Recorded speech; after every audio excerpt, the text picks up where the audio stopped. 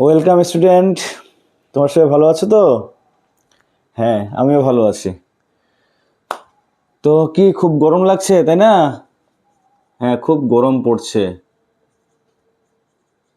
আচ্ছা, গরম তোমাদের বেশি ভালো লাগে না ঠান্ডার সময় বেশি ভালো লাগে? কি ঠান্ডার সময় বেশি ভালো লাগে, তাই তো? আমারও ঠান্ডার সময় ভালো লাগে। তো যাই হোক, তো এই যে ঠান্ডা হচ্ছে, গরম হচ্ছে, কখনো ঠান্ডা বেশি কখনো গরম বেশি, এর মূলে কি আছে তোমরা জানো? কি জন্য এরকম ঠান্ডা গরম হচ্ছে? কিছু তো পরিবর্তন হচ্ছে। কি পরিবর্তন হচ্ছে? হ্যাঁ, রোহিত বলো। ও, ঠিক বলেছ। তাপমাত্রা। তাপমাত্রা যদি বেড়ে যায় তাহলে গরম হচ্ছে, আর তাপমাত্রা যদি কমে যায় তাহলে ঠান্ডার সময় ঠান্ডা হচ্ছে, তাই তো? আচ্ছা, এই তাপমাত্রা যে বৃদ্ধি পাচ্ছে, তাপমাত্রা বৃদ্ধি পাওয়ার কারণ কি বলতে পারবে? কি এমন জিনিস আছে, এর কারণটা কি? এটা তো ফল। তাপমাত্রা বৃদ্ধি পাচ্ছে বা উষ্ণতা বৃদ্ধি পাচ্ছে, এটা তো ফল। এর কারণটা কি বলতে পারবে? তাপ, ঠিক বলেছ। তাপ, এটা হচ্ছে হিট বা তাপ। তাহলে আমাদের টপিক হচ্ছে, আমরা আজকে পড়বো হচ্ছে তাপ। তাপের আমরা কি পড়বো? তাপের আমরা তাপ প্রয়োগের বহিঃপ্রকাশ পড়বো। তাপ প্রয়োগের বহিঃপ্রকাশ পড়বো। বহিঃপ্রকাশ, তাপ প্রয়োগের বহিঃপ্রকাশ। আমরা জানি, কি জানি, যে সবারই কিছু না কিছু বহিঃপ্রকাশ আছে। কেউ কেউ গান পারে, কেউ নাচ পারে, আরো অনেক কিছু অনেকেই পারে, তাই না? ওরকম তাপও অনেক কিছু করতে পারে। কি কি করতে পারে সেটা দেখবো। যাই হোক, প্রথমে যেহেতু তাপ পড়বো আজকে, এটা নবম শ্রেণীর তাপের প্রথম চ্যাপ্টার, তাহলে তাপ কি সে সম্পর্কে আমাদের ধারণা জানতে হবে। তোমরা আগের ক্লাসে 7-8-এ তাপ ছিল, তাপ সম্পর্কে তোমরা জেনেছো। এবার 9-এ আরো একটু আবার রিভিশন করে দিত। তাপ কাকে বলে? তাপ হলো, আমরা জানি, কি জানি, আলো। যেমন আলো হচ্ছে এক প্রকার শক্তি, তাই না? শব্দ, এই যে আমি যে কথা বলছি তোমরা শুনতে পাচ্ছ, এটাও কিন্তু এক ধরনের শব্দ তরঙ্গ, শক্তি। শক্তি, তাহলে এরকম তাপও কিন্তু এক প্রকার, প্রকার কি? শক্তি। তাপ হলো এক প্রকার, বলতে পারি আমরা, শক্তি। তাপ হলো এক প্রকার শক্তি, যা প্রয়োগ করলে বস্তু গরম হয় এবং বর্জন করলে বস্তু কি হয়? ঠান্ডা হয়। এটা হচ্ছে তাপের সংজ্ঞা। আর উষ্ণতাটা কি? উষ্ণতা হচ্ছে এক প্রকার তাপীয় অবস্থা। তাপীয় তাপীয় অবস্থা, মনে রাখবে। উষ্ণতা হলো এক প্রকার তাপীয় অবস্থা, যা ঠিক করে, হ্যাঁ, বস্তুটি অন্য বস্তুকে তাপ দেবে নাকি অন্য বস্তু থেকে তাপ নেবে। বুঝতে পারলে? তাহলে তাপ আর উষ্ণতার সংজ্ঞা আমরা মনে রাখতে পারবো, আমাদের মনে রাখতে হবে। আর কি আমাদের একক জানতে হবে। তাপের একক আমাদের কি? এসআইতে জুল, আর সিজিএস হচ্ছে ক্যালোরি তাপের। আর উষ্ণতার কি? Calorie, kelvin. কেলভিন আর কি? ডিগ্রি সেন্টিগ্রেড, তাই না? উষ্ণতা হচ্ছে ডিগ্রি আর সেন্টিগ্রেড। আর কি? হ্যাঁ, তাপ পরিমাপক যন্ত্র আমরা পড়েছি। তাপ পরিমাপক যন্ত্র কি? ক্যালোরিমিটার। আর উষ্ণতা হচ্ছে থার্মোমিটার। এটা সবাই আমরা জানি, থার্মোমিটার। এটা হচ্ছে ক্যালোরিমিটার। ক্যালোরিমিটার, এটা হচ্ছে থার্মোমিটার, তাই না? তাহলে তাপ হলো উষ্ণতার কারণ, আর উষ্ণতা হলো তাপের ফল, তাই না? এককগুলো জেনে নিলাম। Joule, calorie. তাপ পরিমাপক যন্ত্র ক্যালোরিমিটার, উষ্ণতা পরিমাপক যন্ত্র হচ্ছে থার্মোমিটার। তো তাপ সম্পর্কে এই বেসিক ধারণাটা আমরা আগে পড়েছি, আবার তোমরা মনে রাখবে। আর কি আমাদের তাপের প্রকারভেদ আমাদের জানা দরকার। হ্যাঁ, এটা হয়ে গেল তাপের প্রকারভেদ। তাপের প্রকারভেদ আমাদের মনে রাখা দরকার। তাপ কয় প্রকারের হয়? তাপের প্রকারভেদ। তাপের প্রকারভেদ মনে রাখবে। তাপ 3 প্রকার। এক নম্বর যে বোধগম্য তাপ, বোধগম্য তাপ। 2 নম্বর হচ্ছে লীন তাপ, লীন তাপ। আর 4 নম্বর হচ্ছে বিকীর্ণ তাপ, বিকীর্ণ তাপ। এই বোধগম্য তাপ কাকে বলে? যে তাপ উষ্ণতার পরিবর্তন করে 0 থেকে 100 ডিগ্রি সেন্টিগ্রেড। জলের আমি গরম করছি এবং যে তাপটা থার্মোমিটার দ্বারা পরিমাপ করা যায় সেটা হচ্ছে বোধগম্য তাপ। যে তাপ উষ্ণতার পরিবর্তন করে তাকে বলে বোধগম্য তাপ। আর এটা কি হবে? এটা উষ্ণতার পর লীন তাপ কি? লীন কথার অর্থ হচ্ছে হিডেন বা লুকায়িত।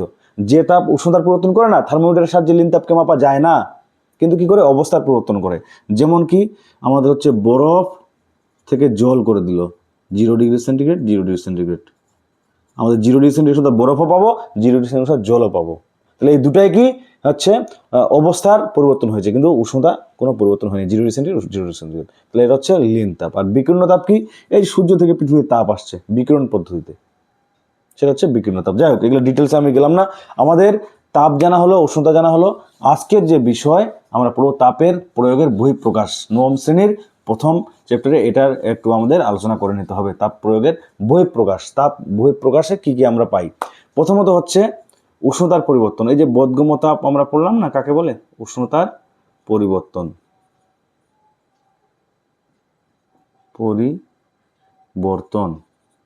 উষ্ণতার পরিবর্তন,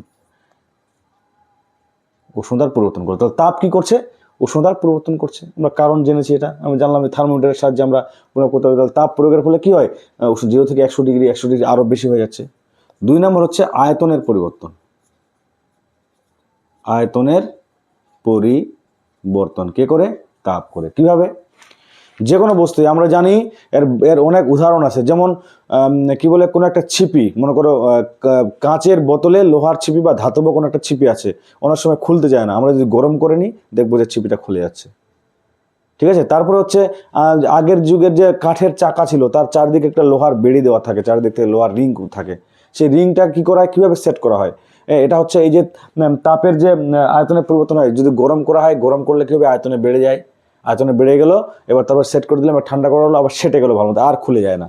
হ্যাঁ, এইভাবে হচ্ছে চাকার মধ্যে দিয়ে লোহার বেড়িটাকে পোড়ানো হয়। এর যে তাপের আয়তনের পরিবর্তন যে হয়, লোহার যে আয়তনের বৃদ্ধি পায়, তার একটা ব্যবহারিক প্রয়োগ আমরা কোথায় দেখি? আমরা দেখি রেল লাইনের ফাঁক রাখা হয় কি জন্য? দুর্ঘটনা এড়াতে। কারণ গরমের সময় বা ট্রেনের চাকার ঘর্ষণের ফলে কি হবে? লোহার আয়তন, চাকার রেল লাইন যেটা, তার আয়তন কিন্তু বৃদ্ধি পাবে, দৈর্ঘ্য কিন্তু বৃদ্ধি পাবে, ফলে বেঁকে যেতে পারে, এদিক ওদিক হয়ে যেতে পারে, কারণ নাট বল্টু দিয়ে সাঁটানো থাকে ওটা। তো যেহেতু ফাঁক থাকে, কি হয়? যখন গরম বেড়ে গেলো, সেই জায়গাটা পূর্ণ হয়ে যায়, শীতকালে একটু গ্যাপটা বেশি হয়। তাহলে এই যে আমাদের উষ্ণতার পরিবর্তনের সঙ্গে সঙ্গে আয়তনের পরিবর্তন হয়। আর কি করতে পারে? তাপ প্রয়োগের বহিঃপ্রকাশ আর কি ঘটে? যেমন হচ্ছে রাসায়নিক পরিবর্তন হয় অনেক সময়।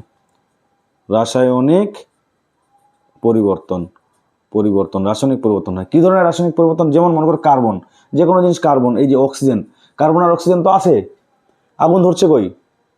হ্যাঁ, কিন্তু যখনই আমরা হিট দিব, তাপ দিব, CO2, তাহলে রাসায়নিক পরিবর্তন করতে এখানে আমার কি হলো?